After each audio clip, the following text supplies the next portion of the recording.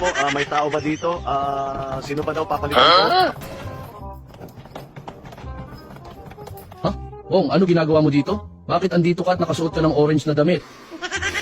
Pwede ba ako makahiga muna dito? Napapagod ako sa biyahe. Buti ka papauwi ka na, ako naman uli ilagay sa trial. Ano ba nangyayari sa'yo? Bakit ba nandito ka? Ano ba kasalanan mo at napunta ka dito? Papalitan daw kita kasi mag-sign off at uuwi ka na daw. Pambihira ng anak mong si Sarah, dinala ko dito. So kung ganon, ililibot muna kita para ma-turn over ko lahat mga gagawin mo dito.